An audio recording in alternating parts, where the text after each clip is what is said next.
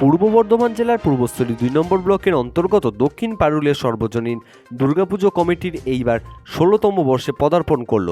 এই দিন রবিবার বিকাল ৪টে নাগাদ দুর্গাপুজো ভার্চুয়ালি উদ্বোধন করলেন মুখ্যমন্ত্রী মমতা বন্দ্যোপাধ্যায়। এই দিনেই এই উদ্বোধনী অনুষ্ঠানে উপস্থিত ছিলেন পূর্বস্থলী উত্তর বিধানসভার বিধায়ক তপন চট্টোপাধ্যায়, পূর্বস্থলী থানার আইসি প্রসেনজিৎ চট্টোপাধ্যায়, পূর্বস্থলী ২ নম্বর ব্লকের বিডিও পৌশালী চক্রবর্তী সহ বিশিষ্টজনেরা। যুগান্তর সংবাদ।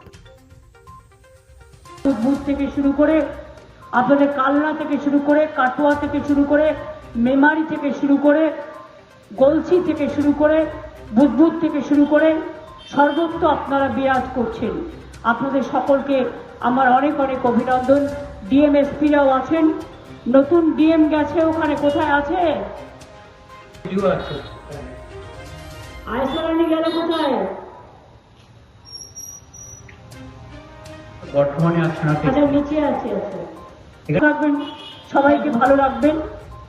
ওখানে এসপি জয়েন করেছে। ম্যাডাম তুমি আমনের কাছে সব বুঝে নিয়েছো কাজটা? না ম্যাডাম, পাবলিক সুকেশ জৈন তোমাকে পুরো